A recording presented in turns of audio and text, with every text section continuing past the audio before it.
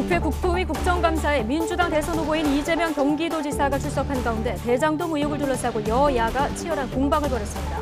의혹의 핵심 인물인 유동규 전 성남도시개발공사 본부장의 임명 과정에 대한 야당 의원 질문에 이 지사는 기억이 나지 않는다고 말했습니다.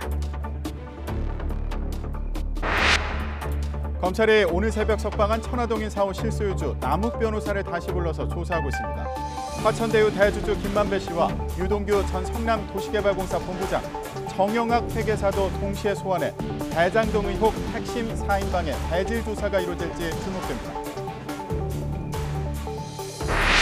이른바 고발사주 의혹을 두고 민주당과 국민의힘의 대립이 깊어지고 있습니다. 민주당이 국민의힘 김웅, 정정식 의원에 대한 제명안을 국회에 제출하겠다고 밝히자 국민의힘은 정치적인 행동이라면서 수사가 우선이라고 맞받았습니다. 코로나19 신규 환자가 1,500명대로 집계됐습니다. 하루 전보다 500명 가까이 늘었지만 방역당국은 백신 접종률이 높아지면서 유행 규모가 점진적 감소세를 나타낸다고 진단했습니다. 민주노총이 차별과 비정규직 철폐 등을 요구하면서 서울을 비롯한 전국 14개 지역에서 잠시 뒤 총파업 집회를 개최합니다. 경찰은 이번 대규모 집회가 코로나19 재확산의 불씨가 될 수 있다는 우려가 높다면서 엄정 대응에 나섰습니다. 순수 우리 기술로 만든 우주 발사체 누리호가 발사를 하루 앞두고 기립을 완료했습니다. 발사는 내일 오후 4시로 예정돼 있습니다. 정부가 유류세 인하 방침을 사실상 공식화했습니다. 홍남기 부총리는 오늘 국정감사에서 당분간 높은 유가가 금방 떨어지진 않을 거라면서 유류세 인하 등과 관련해서 다음 주 중에 조치가 있을 거라고 말했습니다. 취재기자 연결해서 자세히 알아보겠습니다. 권남기 기자. 네, 경제부입니다. 네. 자, 홍 부총리가 오늘 유류세 인하를 언급했는데요. 그동안 검토하지 않고 있다. 이렇게 신중한 입장을 보이던 기획재정부가 유류세 인하 추진을 공식화했다. 이렇게 보면 되는 겁니까? 네, 그렇습니다. 홍남기 부총리 겸 기획재정부 장관은 오늘 국정감사에서 유류세 인하를 검토하고 있다고 밝혔습니다. 국제유가 상승 영향으로 국내 휘발유 값이 올라가는 동시에 물가 상승 압박이 커지고 있다며 선제 대응을 위해 유류세 인하 방안을 검토 중이라고 말했는데요. 또 유가가 이미 배럴당 $80를 넘어선 상황이라 다음 주 중에 조치가 있을 것이라고도 말했습니다. 정부가 이르면 다음 주 중에 유류세 인하를 발표할 수도 있다는 의미로도 풀이됩니다. 유류세는 30% 이내에선 국회를 거치지 않고 정부 시행령 개정만으로도 세율을 내릴 수 있습니다. 정부는 앞서 국제유가가 배럴당 $80를 넘어서자 지난 2018년 11월부터 이듬해 5월까지 유류세를 15% 인하했고 이후에도 인하폭은 축소하되 기간은 연장해 2019년 8월까지 7% 인하한 바 있습니다. 최근에도 두바이유 현물 가격 기준으로 이번 달 6일부터 배럴당 $80를 넘고 있는데 환율 상승으로 체감 유가는 더욱 높다는 분석이 나옵니다. 실제로 최근엔 서울의 평균 휘발유 값이 리터당 1,800원을 넘기도 했습니다. 홍 부총리는 유류세 인하 방식에 대해선 2018년과 같은 방식으로 리터당 세금을 인하하는 방식을 살펴보고 있다며 몇 가지 대안을 검토하고 있다고 밝혔습니다. 지금까지 경제부에서 전해드렸습니다. 올해 3분기 상장사 실적 발표 시즌이 본격화한 가운데 주요 기업의 실적 전망치가 하향 조정되고 있는 것으로 나타났습니다. 금융정보업체 FN가이드에 따르면 증권사 3곳 이상이 실적 전망을 한 유가증권 시장 상장사 168곳의 3분기 연결 영업이익 추정치는 지난 19일 기준으로 58조 7천억 원으로 집계됐습니다. 이는 지난해 3분기 영업이익 39조 1천억 원과 비교하면 50.1% 증가한 규모지만 1개월 전 추정치인 58조 8천억 원과 비교하면 소폭 줄었습니다. 정부가 지난해 7월 양도세를 중과하는 내용의 70 부동산 대책을 발표한 뒤 매물 잠김 현상이 심해진 것으로 나타났습니다. 국민의힘 유경준 의원이 국토교통부로부터 제출받은 자료를 보면 서울 다주택자의 주택 매도량은 지난해 6월 7,900여 건이었습니다. 하지만 70대책이 나온 뒤 7월 매도량은 7,100여 건으로 줄었고 8월엔 3,300여 건에 그쳐 반토막이 났습니다. 이 의원은 정부는 양도세 중과로 다주택자가 매물을 내놓을 거라고 주장했지만 정반대 효과가 나온 셈이라고 지적했습니다. 세계 최대 온라인 동영상 서비스 넷플릭스가 한국 드라마 오징어 게임의 대성공 덕분에 유료 가입자를 크게 늘렸습니다. 넷플릭스는 현지 시각으로 19일 3분기 실적 발표를 통해서 유료 가입자가 438만 명 증가했다고 밝혔다고 로이터 통신이 전했습니다. 로이터 통신은 넷플릭스의 한국 드라마 오징어 게임에 대한 세계적인 관심이 예상보다 많은 신규 고객을 끌어들였다고 분석했습니다.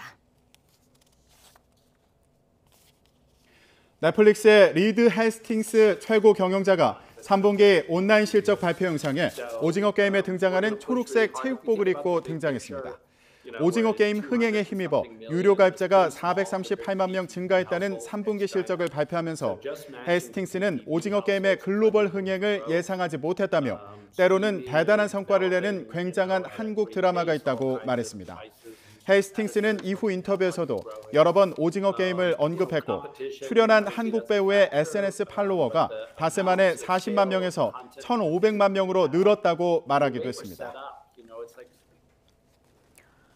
배우 김선호가 최근 불거진 사생활 의혹에 대해서 직접 사과하고 TV 프로그램에서 하차했습니다. 김선호는 소속사 솔트 엔터테인먼트를 통해서 그분과 좋은 감정으로 만났지만 저의 불찰로 상처를 주었다며 직접 만나 사과하고 싶었지만 전하지 못하고 있다고 말했습니다. 앞서 지난 17일 한 온라인 커뮤니티에는 K모 배우가 혼인을 빙자해서 낙태를 강요했다는 글이 올라왔고 K배우로 지목된 김선호 씨 측에서 사흘 뒤 사과했습니다. KBS 예능 프로그램 1박 2일 제작진은 김선호 하차 소식을 전하며 이미 촬영된 방송부는 최대한 편집할 예정이라고 밝혔습니다.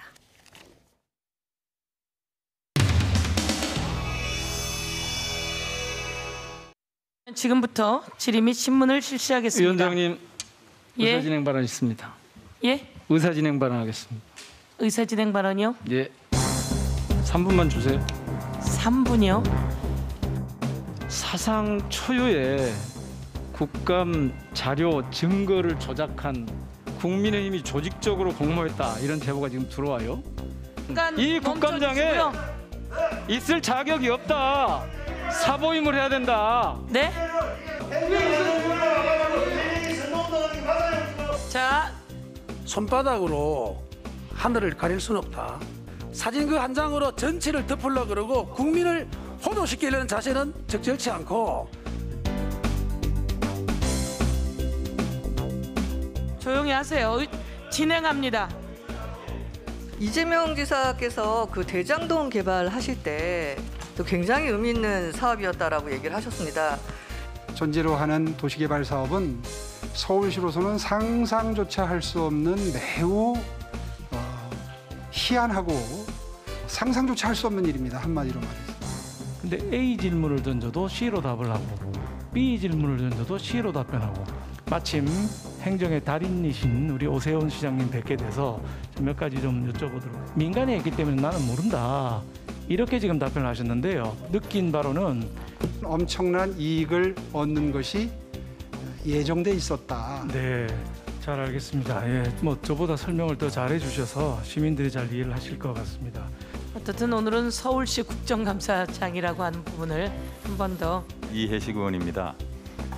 우리 국민의힘 의원님들 경기도에서 뺨 맞고 서울시에 와서 화풀이 하시는 것 같은데 경기도에서 뺨 맞고 서울시에 와서 화풀이 하시는 것 같은데 이게 무슨 이야기예요? 이 동료 국회의원 전체를 폄하하고 조롱하는 거예요?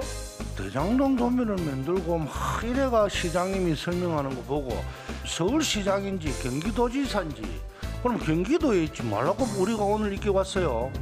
그러니까 이게 아니 짜고 지금 짜고 한 거에 판때기까지 다 준비를 해가지고 무슨 서울시 국감이 어제는 안 짜자 여기에도 국감 어제 경기도 안 짰어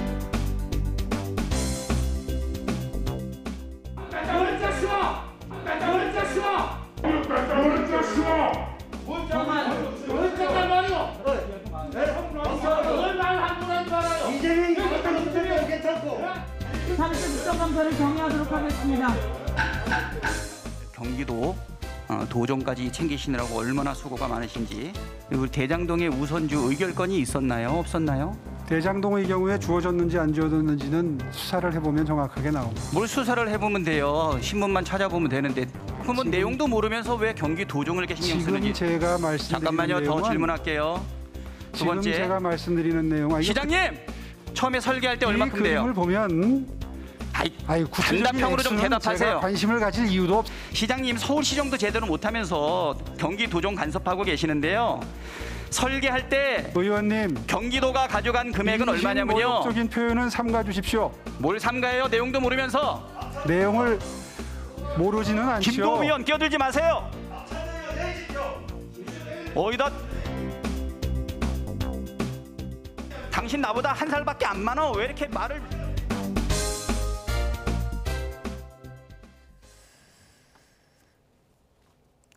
네, 자 대장동 이슈가 국감장을 곳곳을 좀 달구고 있는 모습까지 보고 오셨는데, 자 대장동 의혹과 고발사주 의혹, 대선 전국의 뜨거운 두 가지 이슈를 둘러싼 정치권 공방 가열되고 있는 이 상황 주요 쟁점 짚어보겠습니다. 김준일 뉴스톱 대표, 김성훈 변호사 두 분 모시고 얘기 나눠보겠습니다. 어서 오십시오. 안녕하세요. 예, 안녕하십니까? 자 경기도 국정감사 오늘 2라운드였죠. 예, 유동규 전 본부장과의 관계. 초과 이익 환수 조항 삭제 논란 등이 쟁점이 됐는데요. 자, 오늘 오전 국토위의 경기도에 대한 국정감사 주요 내용 먼저 보고 오시겠습니다. 유동규 씨를 성남시설관리공단 기획본부장으로 임명했는데 이와 관련해서 인사 지시하거나 개입한 적이 있느냐고 행안위에서 이 의원이 물었을 때 명확하게 답변을 안 하셨어요. 제가 불법적으로 뭘 했을 일은 없고 글쎄 그 인사 절차 자체가 기억을 못합니다. 유동규는 내 말이 곧 이재명 말이라고 이렇게 주민들에게 얘기하고 있는 걸 알고 계셨습니까? 이 당시에? 정말로 유동규에게 권한을 줘서 유동규가 주도적으로 개발하게 하려고 했으면 유동규를 사장을 시켰겠죠. 근데 본부장 아닙니까?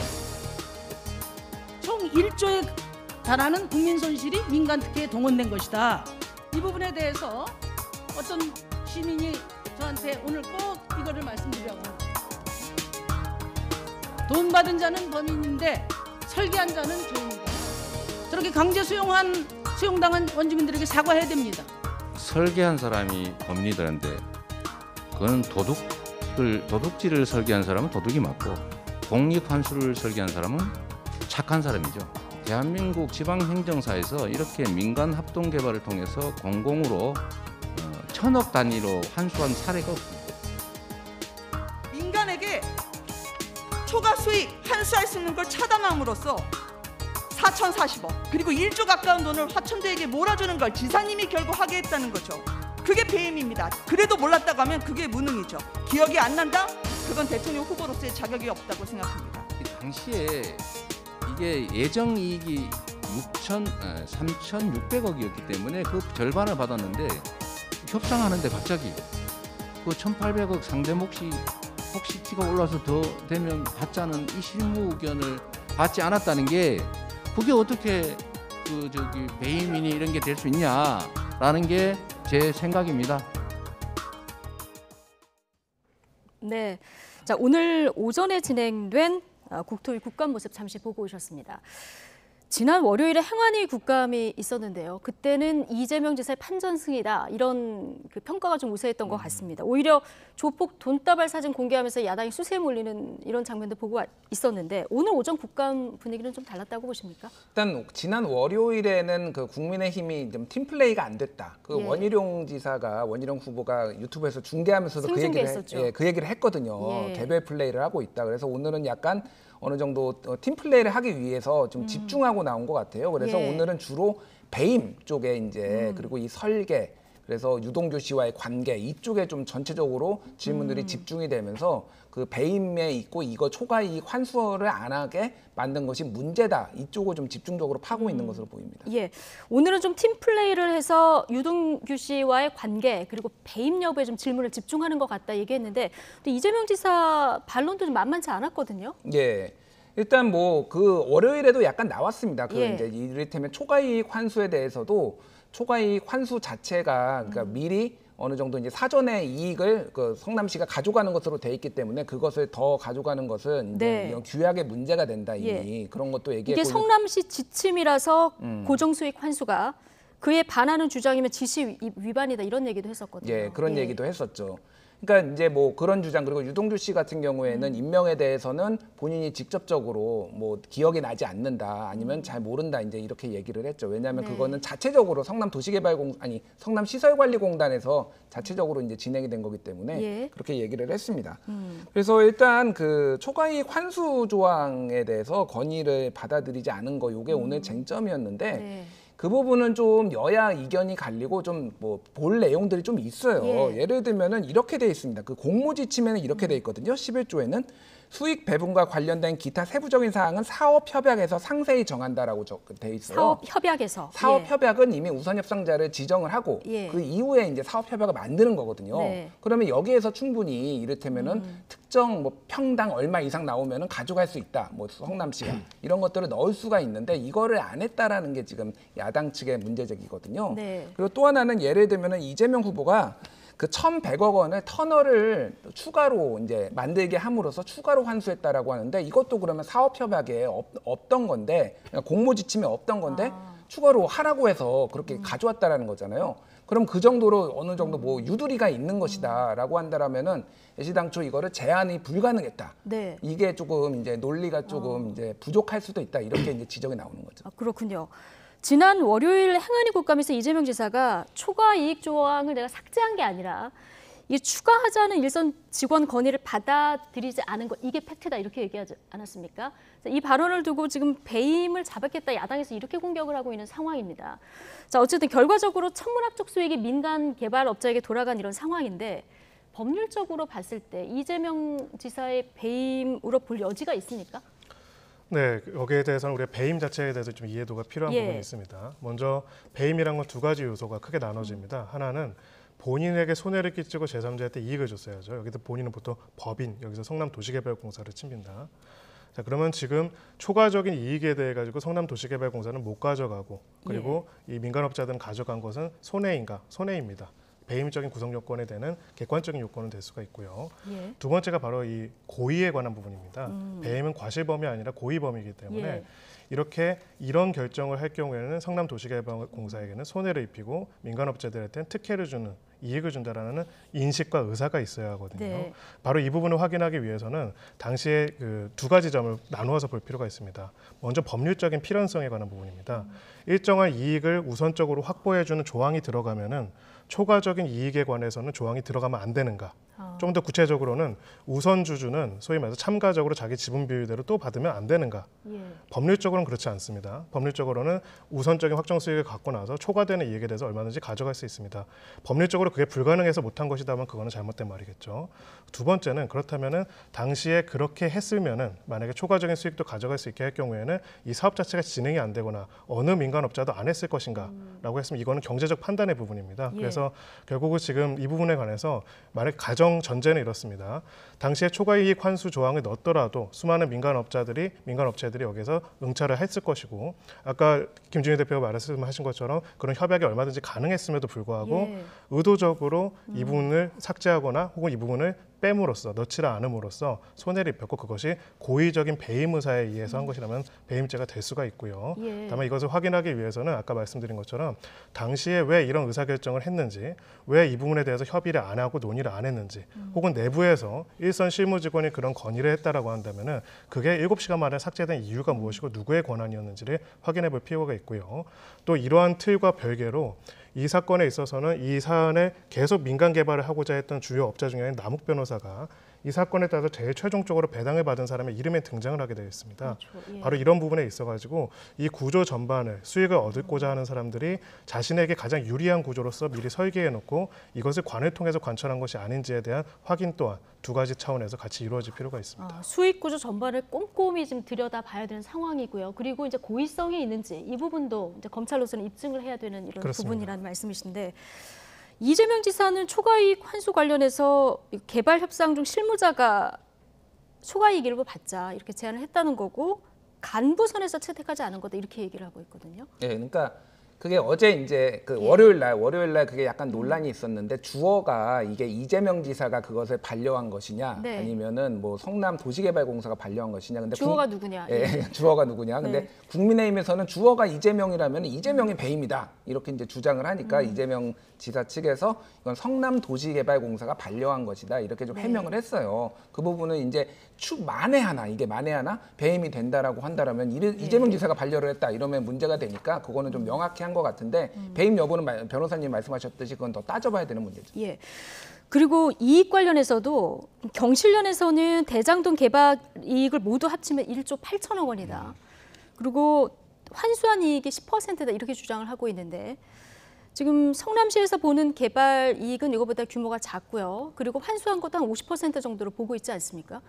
어떤 기준으로 하길래 이렇게까지 차이가 나는 겁니까? 그러니까 분모와 분자가 다 다릅니다. 예. 지금 그 이재명 지사 측하고 경실련하고. 경실련은 택지 매각 이익하고 아파트 분양 이익까지 다 합친 거예요. 네. 그러니까 원래 이거를 그냥 택지 매각만 하면은 한 뭐 1조 원 정도 되는 거를 아파트 분양, 그러니까 여기는 건설사가 들어와서 얻어간 이익까지 이제 들어간 거죠. 그것까지 합쳐서 1조 8천억 원 정도 된다라는 거예요. 그 중에서 분자가 이재명 지사 측은 5,500억 원을 환수했다. 여기에는 1,800억 원 정도 그 현금으로 배당받은 거. 그리고 1공단 부지 조성한 거 2,800억 원 정도, 그리고 아까 터널 1,100억 원. 뭐 요거에 다 합치면은 대략 5,500억 원 정도 나온다라는 건데 경실련 측은 1,800억 원 현금으로 받은 거 빼놓고는 다 이익이 아니다.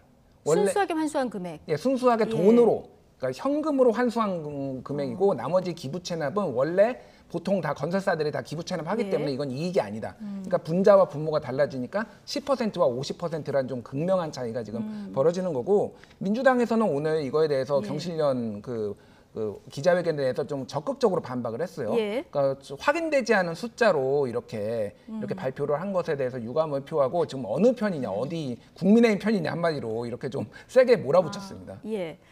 민주당에서는 이 대장동 게이트가 국민의힘 게이트다. 지금 여전히 그런 주장을 하고 있는 상황인데요. 거기서 한 걸음 더 나가서 대장동 토건 비리가 윤석열 전 총장의 과거 부산저축은행 수사 이때 제대로 하지 않아서 이 토건 비리 씨앗이 싹 텄다 이렇게 보고 있는 상황인데 2009년으로 돌아갔을 때 부산저축은행 그 수사 쟁점이 뭐였습니까? 네, 가장 핵심적인 쟁점은 이제 부실 대출이라는 거죠. 예. 부정 대출, 불법 대출이라는 거는 정상적으로 대출 자체는 불법이 아닙니다. 대출을 받을 수 있는 여신적인 상황, 받을 수 있는 승인 상황이 아닌데도 불구하고 불법적인 로비를 통해 가지고 뭐 정치적 압력이든 경제적 압력이든 보통 배임 수재 형태로 나타나는데요. 그런 방식으로 부실한 사업자한테 대출을 하도록 주도하고 그렇게 함으로써 그 발생한 부실이 결국 공공에게 전가되는 그런 사건이 부산저축은행 사건의 핵심적인 내용이었습니다. 예. 당시 그래서 그런 대출을 알선했던 브로커랑 그 대출 알선 브로커로부터 돈을 받고 불법적인 대출을 실행했던 주체들이 여러 차례 수사를 받았는데요. 당시 여러 수사의 또 내용 중에서 이 대장동과 관련돼서 대장동 사업은 우리가 지금 2015년부터 계속 보고 있지만 사실은 그 전인 약 10년 전부터도 계속 여러 가지 사업들이 있었고 그것을 주도했던 세력들이 이거와 관련돼서 저축은행부터 대출을 받은 부분이 있었고 그 과정에서 브로커를 통해 가지고 불법 대출을 받았다는 관련된 내용들이 조사가 된 사실이 있었습니다. 예. 다만 이제 거기에 대해서는 구체적으로 당시 브로커 역할을 했던 사람들에 대해서 이 대출권에 대해 가지고 기소가 안 이루어졌다라는 부분 때문에 이런 얘기가 있는 거고요.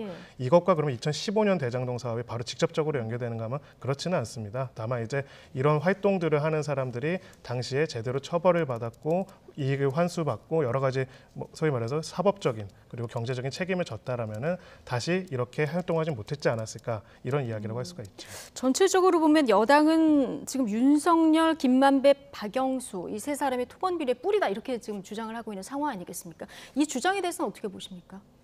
일단 뭐 그 윤석열 캠프 측이나 이제 국민의힘 측에서는 그러면은 뭐 누구가 누구를 낳고 누구가 누구를 낳고 누가 태어난 게 그러면 누구 잘못이냐 뭐 이런 주장을 해요. 그러니까 그 당시에 이제 윤석열 검사가 이 부분에 있어서 그러니까 4조 원대였거든요. 불법 대출이. 그 중에서 여기에 들어간 게 한 1,100억 대인가 뭐 1,000억 원대 정도 됩니다. 그러니까 이게 사실은 굉장히 큰 본류는 아니었고 이거에 대해서 적발까지 해가지고 박영수 변호사가 이 이모 씨에 대해서 알선 대출한 이모 씨에 대해서 변호를 하고 뭐 이런 상황이었거든요. 그러면은 그 당시에 화천대유가 이거를 사업을 어떻게 하는지에 대해서 검찰에서 다 들여다봤어야 되느냐 이제 이 주장이거든요. 예. 이거에 대해서는 좀 글쎄요. 그러니까 검찰이 그러니까 돈을 불법 대출하고 알선수재한 것에 대해서는 확실하게 이제 팔 수가 있는데 거기까지 뻗어 나가기 시작하면은 너무 이제 커지는 거죠. 이게 그러니까 게다가 이게 그 4조 원에서의 본류도 아니었고 그러니까 그거를 이제 전적으로 보기에는 좀 무리가 있지만 어쨌든. 어느 정도의 좀 거기서 잘했으면 여기까지 안 왔을 텐데 하는 아쉬움은 남을 수가 있는 거죠. 기원을 따지자면 한도 끝도 없다. 그렇죠. 예. 뭐 네. 그렇게 주장하는 분들이 많이 있습니다. 예, 예. 알겠습니다. 자, 대장동 관련 검찰 수사 상황도 잠깐 보면 자, 남욱 변호사 아까 핵심 인물 중 한 명으로 거론을 해주셨는데 귀국하자마자 체포돼서 검찰 조사를 받았고 아마 체포 시간 만료되기 전에 검찰에서 구속영장을 청구할 것이다 했는데 석방이 됐어요. 자, 조금 전에 다시 불려나가서 조사는 받고 있는데 아직 영장 청구할 정도로 혐의 입증을 검찰이 못했다 이렇게 보면 될까요? 네, 그럴 수 있습니다. 뭐 예. 두세 가지 가능성이 있는데요. 한 가지는 이제 조사를 해보니까 원래 생각했던 혐의 사실에 A라는 게 있었다면은 그 외에도 B, C, D, E가 너무 많이 나와가지고 이 부분에 대해서는 추가적으로 정리를 해가지고 추가 조사를 해가지고 영장을 청구해야겠다라는 가능성도 있고요. 하지만은 가장 큰 가능성은 우리가 보통 소환을 하기 전에는 이 사람과 관련된 여러 혐의점에 대한 여러 물적 증거들에 대한 확보를 한 상태에서 이것을 가지고 추궁을 합니다. 그래서 그 과정을 정리를 해가지고 영장 청구 등을 통해 가지고 또 추가적인 수사를 동력을 얻게 되는 것이거든요.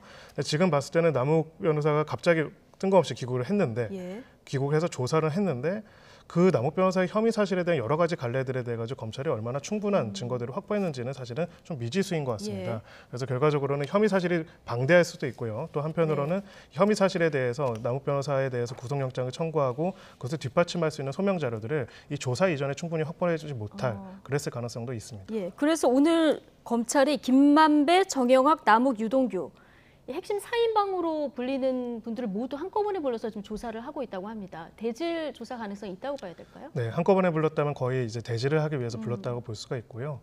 다만 이제 약간 이 부분이 문제가 있습니다. 검찰 수사가 사실 당사자들의 진술이 중요한 부분이긴 합니다. 그리고 그 진술의 불일치 부분 중에서 허위와 사실을 밝혀내는 것도 중요하지만은요.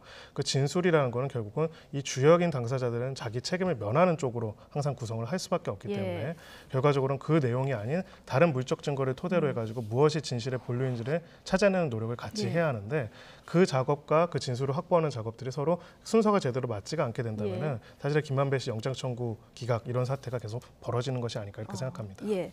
자, 경찰은 경찰대로 또 천화동인 6호 소유주를 조사를 했더라고요. 좀 경쟁적으로 수사가 이루어지는 상황인데 뭐 기대도 나오고 우려도 나오는 상황, 좀 수사 상황을 지켜봐야 될 것 같고요.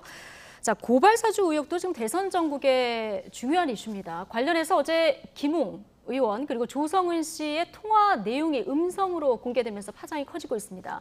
자, 김웅 의원 고발장 작성 주체를 저희다 이런 표현을 하기도 했는데 자, 관련 녹취를 먼저 듣고 이야기 이어가겠습니다. 고발장 초안을 아마 저희가 만들어서 일단 보내드릴게요. 고발장을 남부지검에 내랍니다. 남부 아니면 조금 그 위험하대요. 요 고발장 요건 관련해 가지고 저는 쏙 제가 가면 윤석열이 시켜서 고발한 것이다가 나오게 되는 거예요. 그 제보를 받으셨다고 했는데 그게 검찰 내부 제보인지 손준성 검사의 제보인지는 기억나시는 거 있으실까요?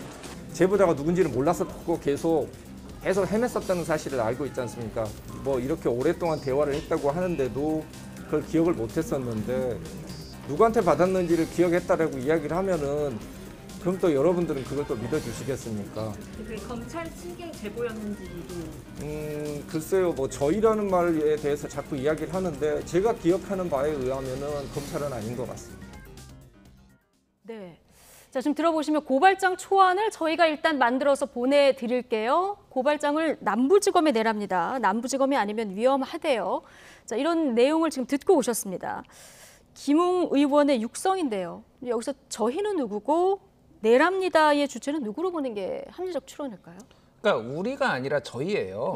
보통은 이제 우리라고 하면은 말하는 사람까지 그러니까 듣는 사람까지 포함해서 우리가 들어가기도 하고 그런데 저희는 확실하게 듣는 사람은 보통 빼고 저희가 잘못했습니다. 뭐 예를 들면 우리라고 하면은 조성은 씨하고 김웅 이렇게 생각할 수도 있는데 거기까지 포함을 해서 뭐 다른 사람도 들어갈 수가 있는 건데 저희라고 하면은 보통은 듣는 사람 낮추는 말이기 때문에 예. 듣는 사람은 포함이 되지 않는 거죠. 그렇다고 하면은 이게 국민의힘인데 저희가 뭐 이렇게 하지는 않을 거예요. 우리가라고 그거나 말을 하겠죠. 예를 들면은 국민의힘이 아닌 다른 거. 그럼 여기서 합리적으로 추론할 수 있는 건 검찰밖에 없는 거죠. 그러니까.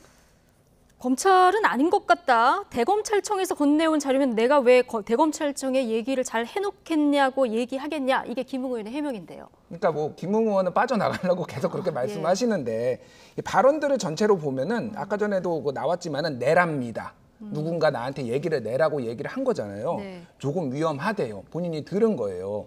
저희가 이것까지 다 하면은 누군가가 이렇게 저희라고 하는 그 사람들한테 들어가지고 이렇게 얘기를 했다라는 거예요. 그러니까 이거는 뭐 본인이 살고자 한마디 쉽게 얘기하면 김웅 의원은 본인이 살고자 계속 이제 빠져나가는 말을 하는 거고 그냥 이게 뭐 증거로서 결정적인 증거로 법정에서 채용될지는 모르겠지만 그냥 정치적 판단을 좀 해보면은 정황상으로는 이거는 검찰이 맞다 이렇게 볼 수밖에 없는 거죠.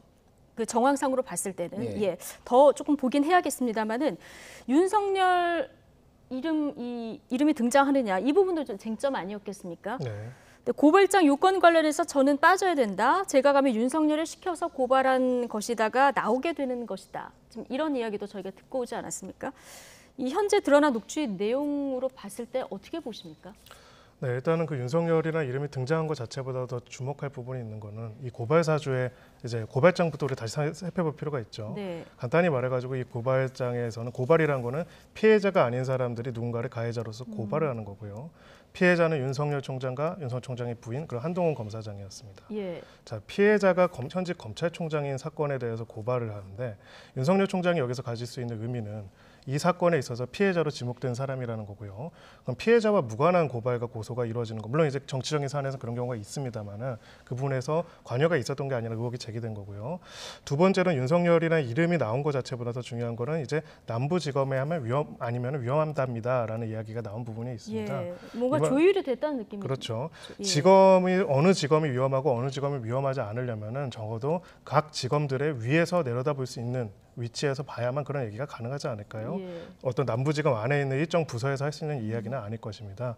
그런 부분에서 봤을 때는 이것이 뭐 윤석열 후보가 이제 지시를 해가지고 했다 뭐 이렇게 하는 것들을 바로 단정할 수는 없겠지만은 적어도 김웅 의원이 이거와 관련돼서 고발장을 내고 작성하는 과정에 있어서는 이 준비하는 과정에 있어서 적어도 검찰 측의 누군가와 그리고 검찰 측의 고위층의 누군가와 소통을 하거나 관련 정보를 확인을 하면서 같이 기획적으로 했을 가능성을 배제하기는 어려운 중요한 단서가 되는 그런 발언들이 있었다라고 생각합니다. 자, 이런 추론도 나옵니다만은 윤 전 총장 측은 오히려 이 녹취를 들어보면 고발시킨 것이 아닌 것이 명백해졌다.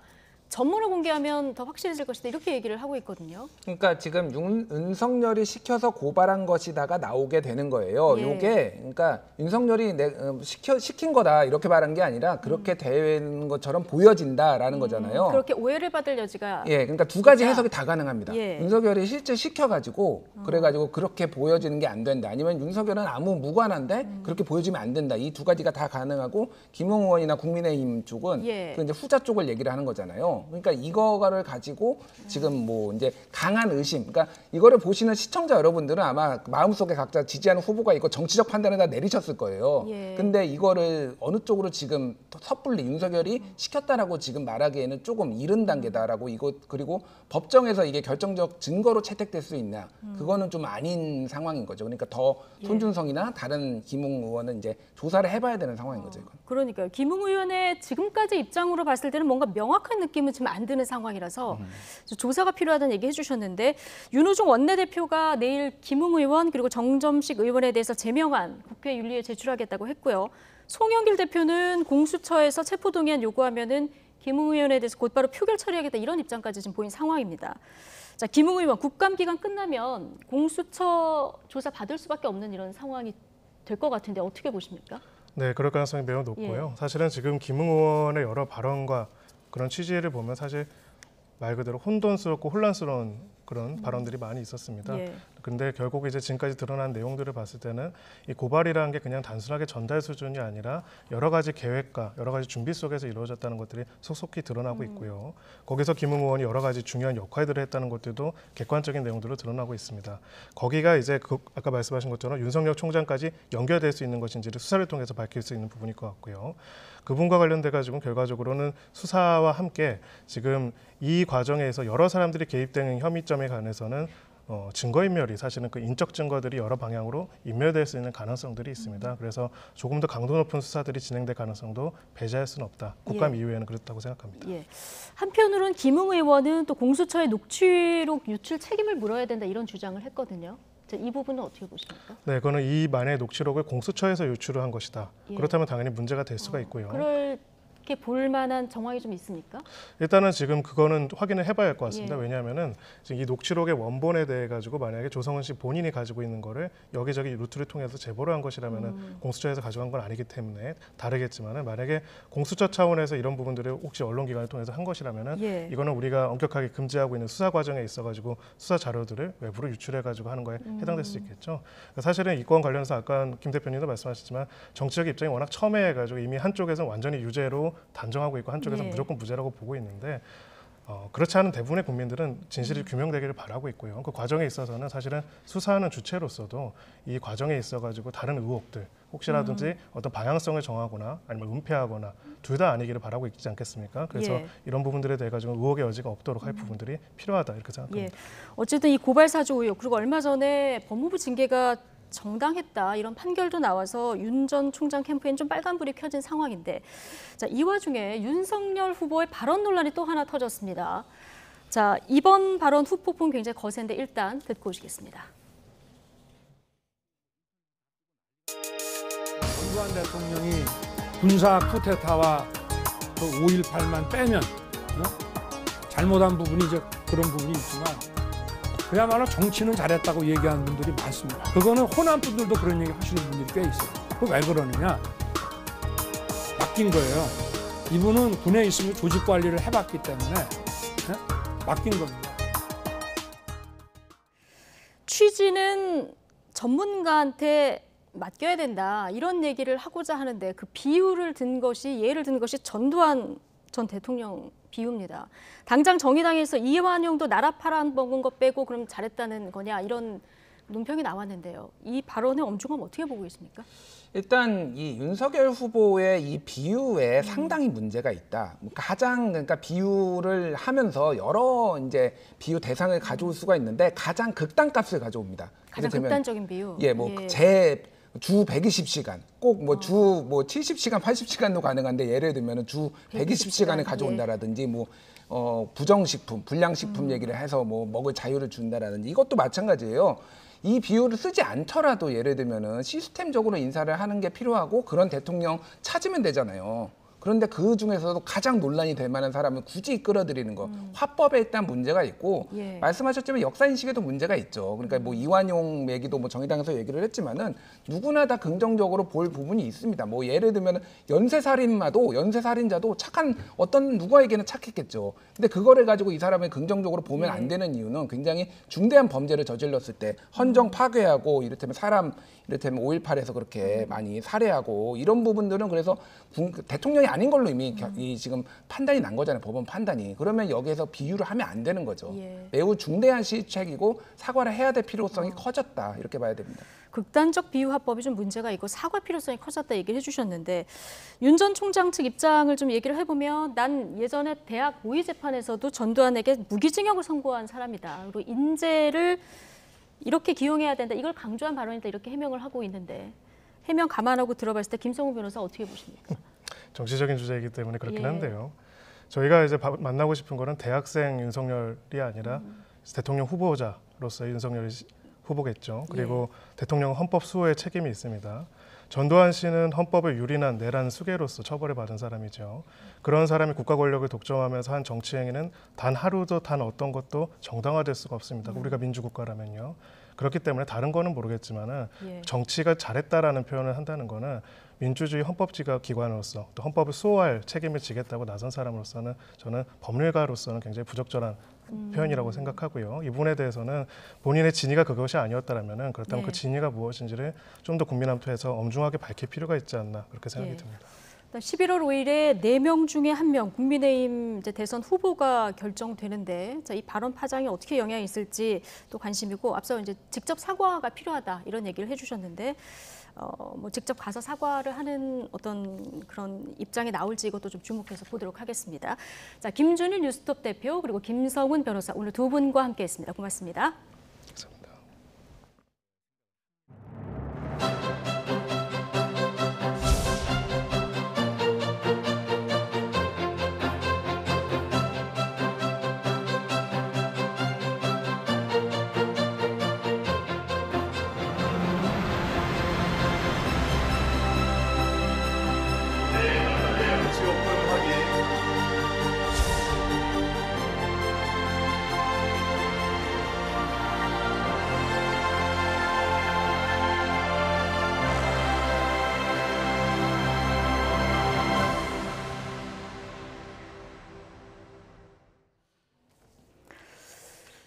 네, 누리호 발사가 하루 앞으로 다가왔습니다. 누리호는 현재 발사대에 기립한 채 발사 준비에 한창입니다.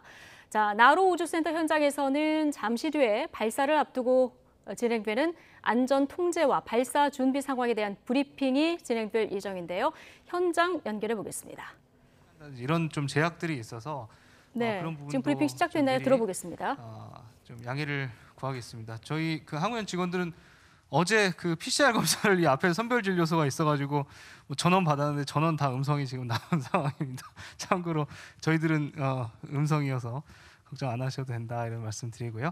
그 오늘 이 자리를 만든 이유는 사실은 어떤 뭐 공식적인 브리핑은 아니고 지금 아침부터 계속 그 진행되는 상황들을 공지를 드리긴 했는데 조금 더 구체적으로 오늘 이 프레스센터에 오신 그 분들께 설명을 좀 드리고 그리고 오늘 남은 절차가 또 어떤 것들이 있는지 설명을 드리는 그런 자리로 마련을 했습니다. 그리고 이것이 끝나고 나면 또 밖에 그 스튜디오에 프레스센터에 못 들어오신 스튜디오에 계신 방송 기자분들께도 똑같은 내용으로 간단히 방송용 인터뷰를 진행하려고 합니다. 참고를 해주시면 감사하겠습니다. 예, 오늘 좀 설명을 드릴 분은 그 지금 계속 그 미션 통제센터에서 일을 하시다가 잠시 이제 설명을 드리러 나오신 분이고요. 오승엽 항우연 발사체 추진기관 개발 부장이십니다. 예, 소개해드리겠습니다. 예.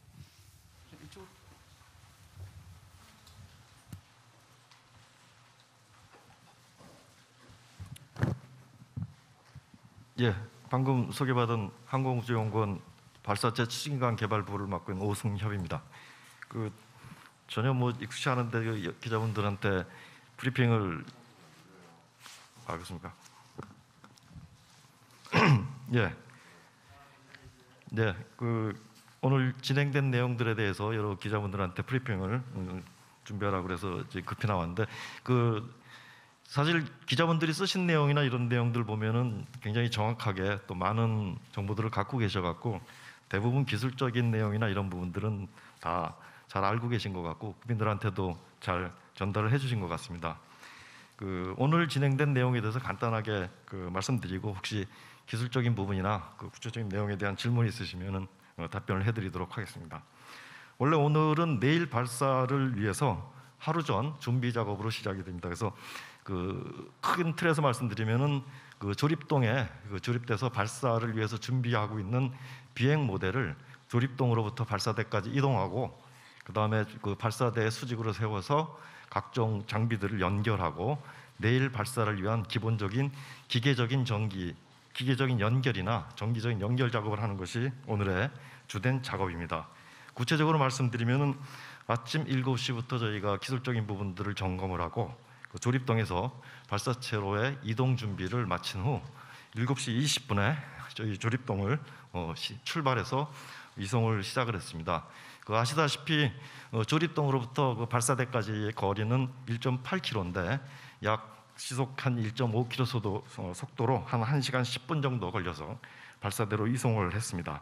당초 계획보다 한 10분, 15분 정도 그 이송 중에 대기 시간이 있었는데 그는 그 점검을 진행했습니다만 발사대 설비 중에 일부 그 체크해야 될 사항들이 있어서 한 10분 정도 저희가 기술적인 점검을 수행을 하고 발사대로의 이송을 진행을 했습니다.